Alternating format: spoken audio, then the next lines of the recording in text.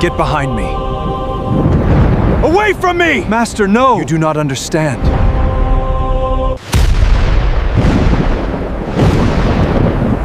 What if I told you Satan's most dangerous temptation of Jesus was not in the wilderness, not the bread, not the temple, not the mountain?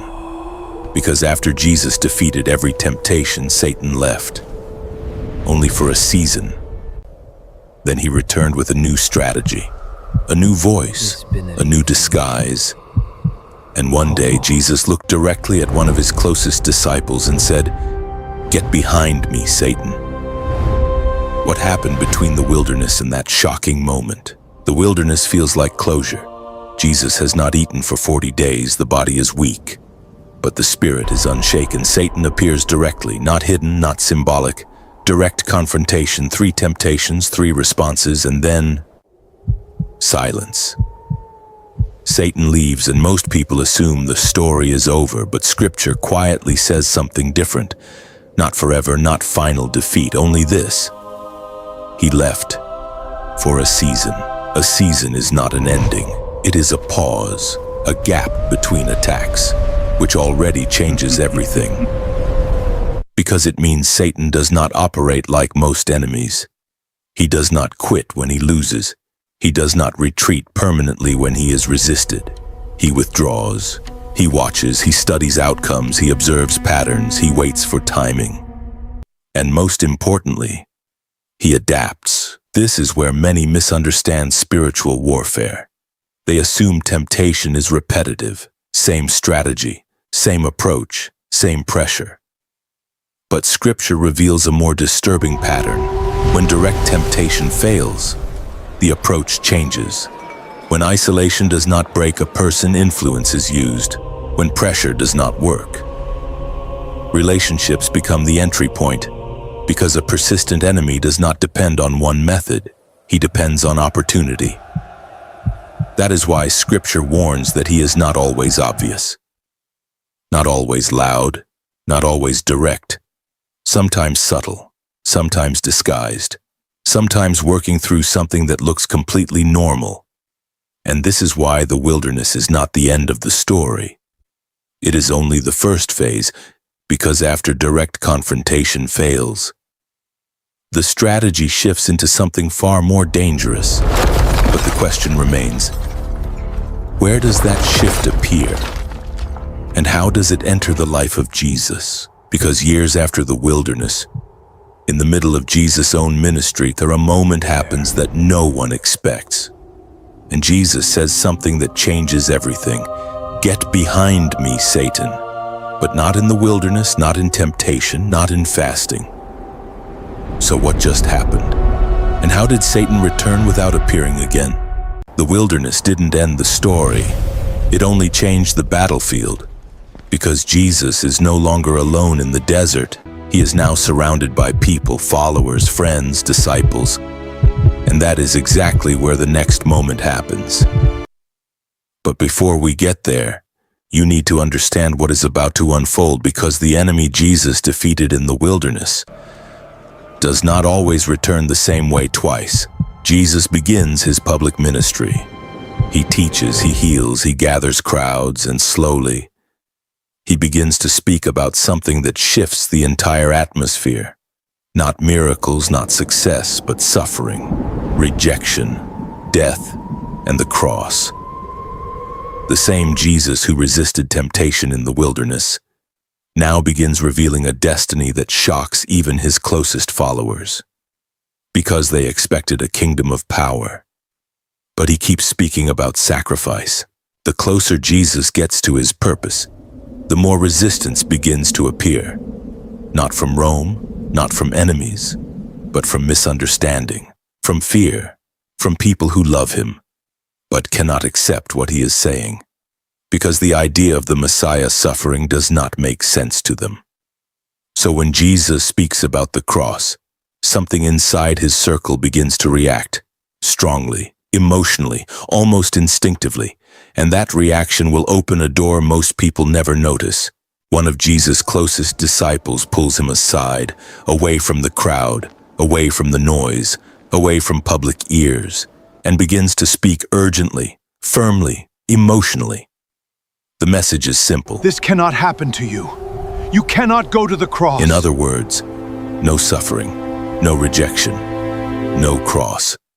At first glance, it sounds like concern. It sounds like loyalty. It sounds like protection. But Jesus does not respond the way anyone expects. He turns and says something that freezes the moment. Jesus looks at him, not with confusion, not with hesitation, but with clarity that cuts through everything. Get behind me, Satan. A statement that does not belong in normal conversation, because it is the same kind of language used in spiritual confrontation, the kind used in the wilderness, the kind used against temptation, the kind used when truth and deception collide. And in that moment, something deeper is revealed. But it is not fully explained yet, because the identity behind this moment is about to change everything the disciples thought they understood. Was this just Peter speaking? Or was something else speaking through him?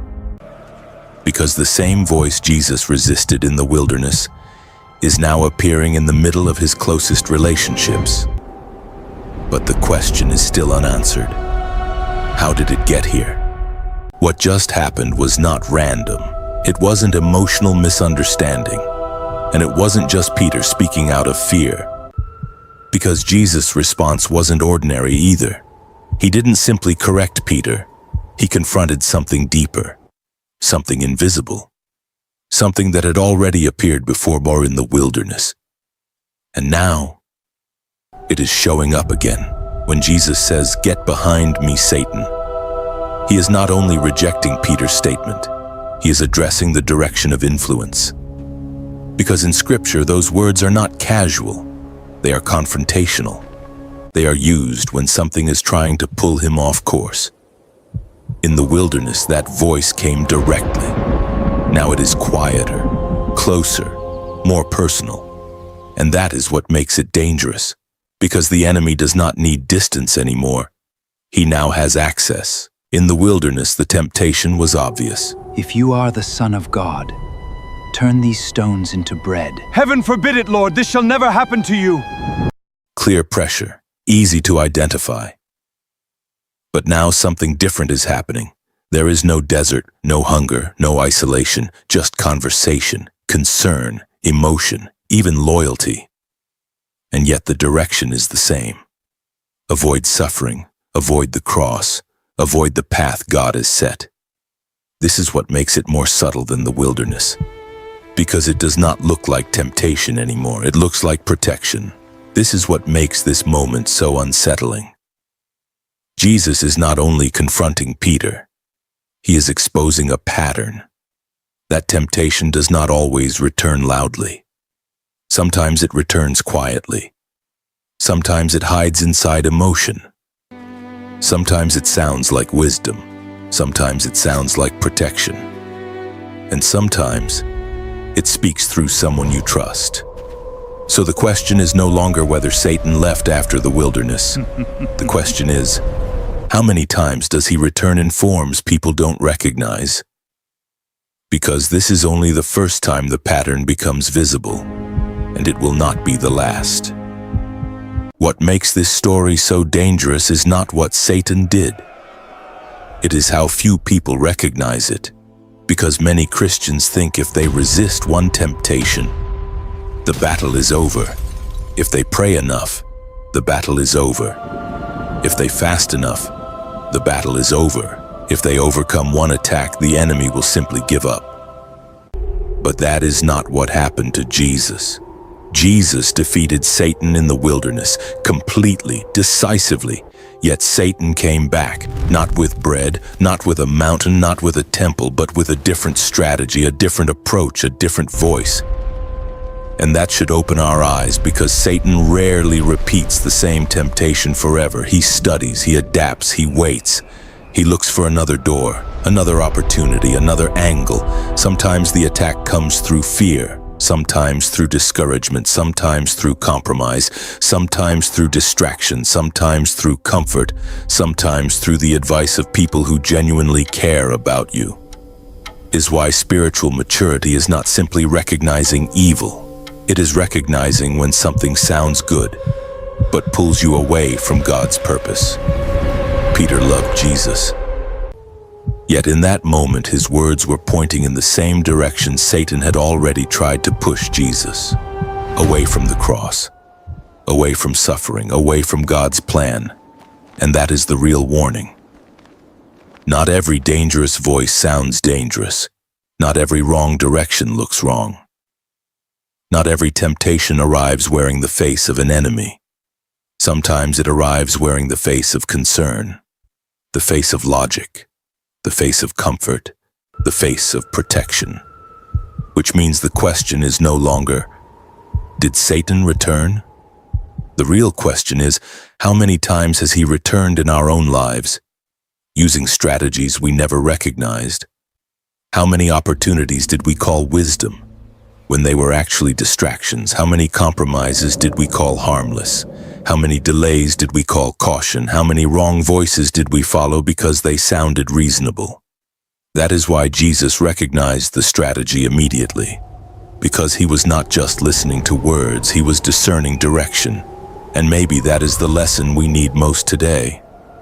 Not simply hearing what is being said, but asking, where is this leading me? Toward God's purpose or away from it? Because Satan's greatest weapon is often not obvious evil. It is subtle redirection. And just like in the wilderness, he is still trying it today. Let me ask you a serious question. Do you think Satan attacks believers more through obvious sin or through subtle distractions and wrong influences? Comment obvious or subtle and tell us why. Let's start a conversation.